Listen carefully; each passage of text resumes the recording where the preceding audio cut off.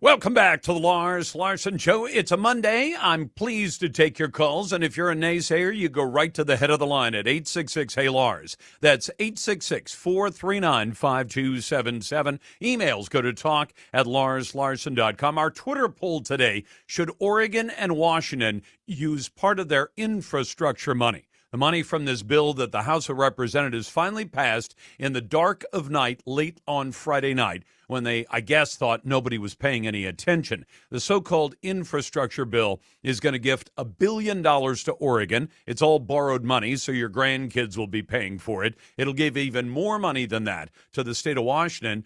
And now they're saying, gee, we're going to have to figure out where to spend all this money. Well, I'll tell you what, I've got one good project for you. Why don't you just go ahead and build the bridge over the Columbia River instead of messing around with it for more years the way the old Columbia River Crossing project went on for 10 years and spent almost $200 billion and accomplished exactly nothing. Anyway, welcome to the program, 866-439-5277. Emails go to talk@LarsLarson.com. And a welcome to Heidi St. John, who is one of the Republicans running to replace Rhino Republican Jamie Herrera Butler, who currently represents District 3 in the United States Congress. Heidi, welcome back. Hey, Lars. Happy Monday to you. Thanks for having me. Happy Monday to you. Let me start with the question we put up as the Twitter poll. If we're going to shovel out all this borrowed money in the form of an infrastructure bill, first let me ask you, would you have voted for that? Absolutely not. We don't have the money. We're talking about saddling our grandkids. I have grandkids, so that bill is going to saddle them with crippling debt, and the United States doesn't have it. These guys are insane what they're doing right now.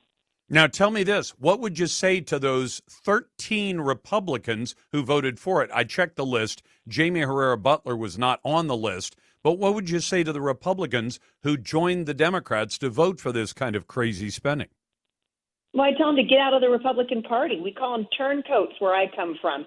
And the fact of the matter is these guys are not Republicans. They're absolutely not conservatives. They're Republicans that are masquerading around as conservatives. And one of the things that we're learning right now is that just because somebody puts the letter R behind their name doesn't mean that they are going to vote like a conservative. We've got Republicans right now who are really just Democrats in Republican clothing. Well, since they've borrowed the money and since the money has been put in the hands, in this case, of both Oregon and Washington, should they at least spend it on something sensible, like something we know we already need, which is, fix the biggest choke point that exists on Interstate 5 between Canada and San Diego? Yeah, so we for sure need a third bridge. I've been talking about this for a long time. I had a friend of mine, John Lee, on my podcast. John's a good guy. Talking about. Yeah, he's a great guy, a dear friend of mine. We were talking about the need to build a bridge. What I think people need to understand is you don't just plop a bridge down. So I grew up in Portland. I graduated from Portland Christian High School and met my husband at a Bible college in Portland, and then we moved shortly after that to Washington State, where we have been for nearly 20 years. And so I'm very well aware of the need for a third bridge, but you don't just plop a bridge down, right? It's not now, just a hold on, bridge. Heidi, you've confused me a bit. There are two bridges right now across the river. Are you talking about building a third bridge? Okay, but are you going to replace the existing interstate bridge, or do you want to build a third bridge? Because that opens up a whole bunch of other issues. Yeah, so I believe, and I think most of the people around here believe, that we need a third bridge. And I think that there are plenty of ways that we can do it without invoking CRT, which is just light rail in search of a bridge, right? And Agreed. so most of the people here in Clark County don't want that. I don't want it either. We don't need it. So let's start by talking about that. But if we've got money to come in, why not help us alleviate some of the terrible congestion that's on I-5, and now really it's on I-205, by building a third bridge. And there are lots of different ways to do it. What happens around here is that we get locked up in CRT, locked up in tolling conversations. And I think there are lots of good ways to do it. That's why John Lee came on my podcast a couple of months ago. We spent about an hour and a half talking about all of the different options. Heidi, now you've got my interest up. I wasn't aware you were for a third bridge. Where would it jump off of I-5 north of Vancouver, and where would it cross the river? Because I don't see a good place for it to go.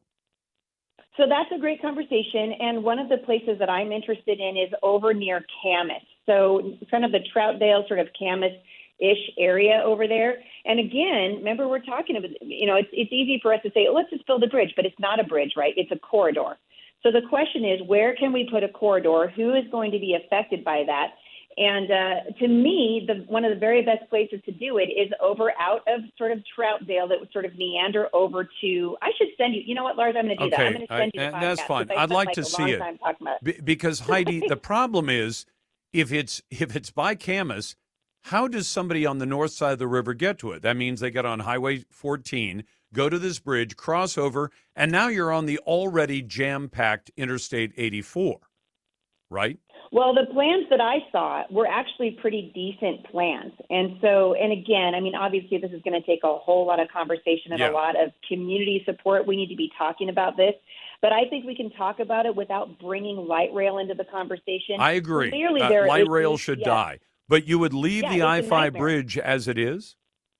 No, the I-5 bridge needs some help for sure. But we've got issues, I think, having lived here my whole life. We've got issues beyond just improving the I-5 bridge. We definitely need to do that. It definitely needs some help. But unfortunately, every time we try to do it, we get tangled up with Portland, and Portland wants to say, hey, you can't do anything until you agree to the Columbia Rail. Exactly. And I'm absolutely opposed to that. Okay, well, let's have that longer conversation another day, but I'm really curious about how you solve those other problems, because just dropping people onto I-84 does not solve the problem. But let me ask you about Joe Biden. Joe Biden has said he wants to give a big payday to illegal aliens, thousands of people who would receive as much as $500,000 each because they brought their kids, in some cases not their kids, trafficked children across our border illegally during Donald Trump's time in office. And now Joe Biden wants to give them hundreds of thousands of dollars each. What should we make of that? Well, this guy is a criminal. I can only think right now that he's trying to bankrupt the country. First of all, the main conversation is, how did these people get here? The key word is illegally. Yep. So they came into our country illegally, and now we're going to reward them by giving them $450,000 per incident. You could make an illegal a family of people who came into this country illegally millionaires at that rate. Well, whatever happened to coming into our country legally? I'm not anti-immigration. I know you're not anti-immigration. No, I'm not. As a woman who's traveled the world, I can tell you right now, this would not go over in France. It would not go over in England. You do not cross into those nations illegally, and then they go, oh, my goodness, we're so sorry. Something seemed to have happened when you broke into our country. And so now we're going to give you guys money. This is insanity. But then again, our country is being run by insane partisans right now who seem hell-bent on enacting everything from the Green New Deal to paying people to come across our borders illegally. They are ushering an era of chaos into the United States, and it has to be stopped. It's shocking to me, but then again, I probably shouldn't be shocked at this point. No, it's crazy. That's Heidi St. John, who's running to replace Jamie Herrera Butler, along with other members of the Republican Party, real Republicans. You got the Lars Larson Show.